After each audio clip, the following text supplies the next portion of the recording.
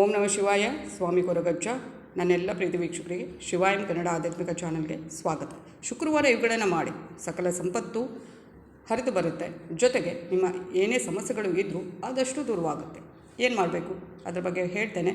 ಅದಕ್ಕಿಂತ ಮುಂಚೆ ನನ್ನ ಚಾನಲನ್ನು ತುಂಬ ಮಂದಿ ನೋಡ್ತೀರಿ, ಸಬ್ಸ್ಕ್ರೈಬ್ ಮಾಡೋದನ್ನು ಮರೀತೀರಿ. ಸಬ್ಸ್ಕ್ರಿಪ್ಷನ್ ಫ್ರೀ ಆಗಿರುತ್ತೆ, ಸಬ್ಸ್ಕ್ರೈಬ್ ಮಾಡಿ. ಆದಷ್ಟು ಲೈಕ್ ಮಾಡಿ, ಆದಷ್ಟು ಶೇರ್ ಮಾಡಿ.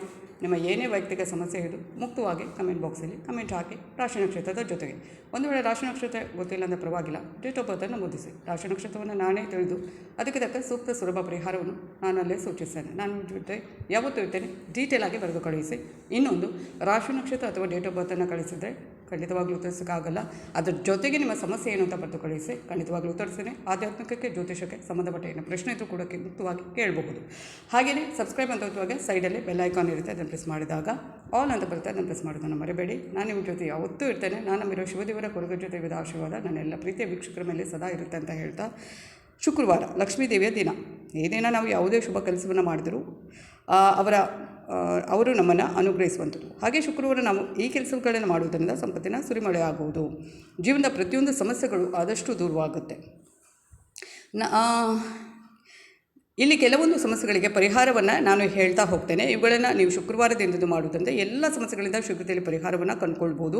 ನಿಮ್ಮ ಜೀವನದಲ್ಲಿ ನಡೆಯುವ ಸಮಸ್ಯೆಗಳಿಗೆ ಪರಿಹಾರವನ್ನು ಕಂಡುಕೊಳ್ಳುವಲ್ಲಿ ಯಶಸ್ವಿಯಾಗುವಂಥದ್ದು. ಶುಕ್ರವಾರ ನಾವು ಯಾವೆಲ್ಲ ಕೆಲಸಗಳನ್ನು ಮಾಡುವುದರಿಂದ ಜೀವನದ ಸಮಸ್ಯೆಗಳು ಪರಿಹಾರ ಆಗುತ್ತೆ.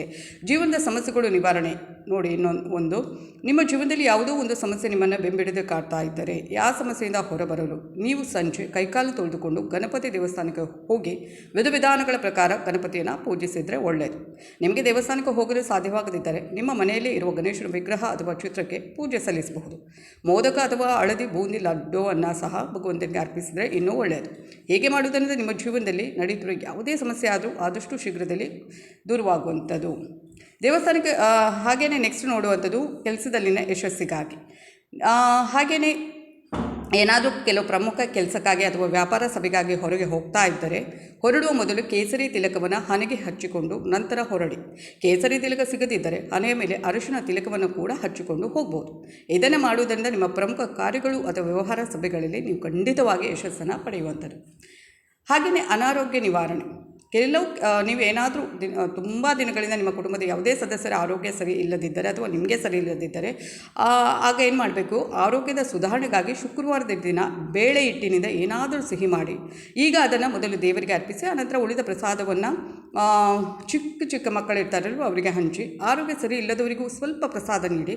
ಹೀಗೆ ಮಾಡುವುದರಿಂದ ಅವರ ಆರೋಗ್ಯ ಬೇಗ ಸುಧಾರಣೆ ಆಗುತ್ತೆ. ಹಾಗೆಯೇ ಜೀವನದಲ್ಲಿ ಸಂತೋಷ ಬೇಕಿದ್ದರೆ ಹೀಗೆ ಮಾಡಿ. ನಿಮ್ಮ ಜೀವನದಲ್ಲಿ ಸಂತೋಷವನ್ನು ತರಬೇಕಾದರೆ ಈ ಒಂದು ಶುಕ್ರವಾರದಂದು ಶುದ್ಧವಾದ ಮಣ್ಣನ್ನು ತೆಗೆದುಕೊಂಡು ಗೋವಿನ ವಿಗ್ರಹವನ್ನು ಮಾಡಿ ಅದನ್ನು ನಿಯಮ ಅನುಸಾರ ಪೂಜಿಸಿ. ಪೂಜೆ ಇತ್ಯಾದಿಗಳ ನಂತರ ಅದನ್ನು ನಿಮ್ಮ ಮನೆಯಲ್ಲೇ ಸ್ಥಾಪಿಸಿ.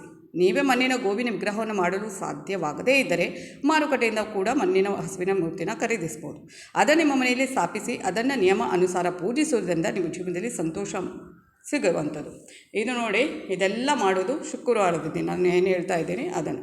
ಮನೆಯನ್ನು ನಿರ್ಮಿಸುವುದಕ್ಕಾಗಿ ನಿಮ್ಮ ಮನೆಯನ್ನು ನಿರ್ಮಿಸಲು ಅಥವಾ ಸುಧಾರಿಸಲು ನೀವು ಕೆಲವು ಸಮಸ್ಯೆಗಳನ್ನು ಎದುರಿಸ್ತಾ ಇದ್ದರೆ ಈ ಒಂದು ಶುಕ್ರವಾರದ ದಿನ ಭಗವಾನ್ ವಿಶ್ವಕರ್ಮನನ್ನು ಪೂಜಿಸಿ.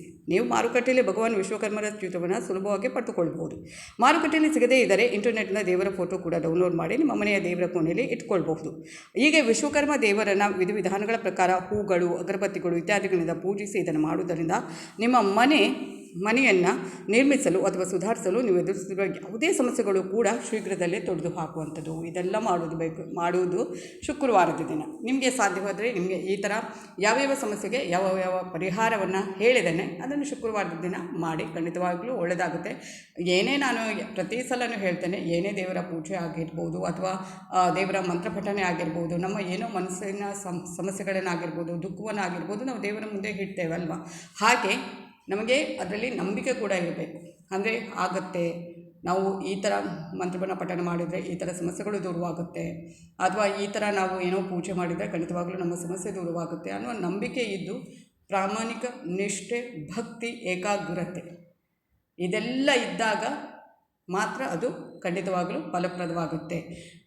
ಮೊದಲು ದೇವರ ಮೇಲೆ ನಂಬಿಕೆ ಇರಬೇಕು, ಮತ್ತು ನಾವು ಏನು ಮಾಡ್ತಾ ಇದ್ದೀವಿ ಅದನ್ನು ಅತ್ಯಂತ ಒಂದು ಏನು ಸಮಚಿತ್ತದಿಂದ ಮಾಡಿದರೆ, ಅತ್ಯಂತ ನಂಬಿಕೆಯಿಂದ ಮಾಡಿದರೆ, ಅತ್ಯಂತ ಪ್ರಾಮಾಣಿಕತೆ, ನಿಷ್ಠೆ, ಭಕ್ತಿಯಿಂದ ಮಾಡಿದರೆ ಖಂಡಿತವಾಗ್ಲೂ ಅದು ಹಾಗೇ ಆಗುತ್ತೆ ಅಂತ ನಾನು 100% ಹೇಳಿ ನಾನು ಪ್ರತಿ ಸಲನೂ ಹೇಳ್ತೇನೆ. ನಮಗೆ ಬೇಕಾಗಿರುವುದು ನಂಬಿಕೆ. ಅದನ್ನು ಒಂದು ಇಟ್ಕೊಂಡು ನಾವು ಏನೇ ಮಾಡಿದರೂ ಕೂಡ ಖಂಡಿತವಾಗ್ಲೂ ದೇವರು ನಮ್ಮ ಮೇಲೆ ಕರುಣೆ ತೋರಿಸ್ತಾರೆ. ನಮ್ಮ ಕಷ್ಟಗಳು ಆದಷ್ಟು ದೂರವಾಗುತ್ತೆ, ನಮಗೆ ಒಳ್ಳೆಯದಾಗುತ್ತೆ. ಇದು ಇವತ್ತಿನ ವಿಡಿಯೋ ಆಗಿರುತ್ತೆ. ಎಲ್ಲ ಪ್ರೀತಿಯ ವೀಕ್ಷಕರಿಗೆ ಧನ್ಯವಾದ.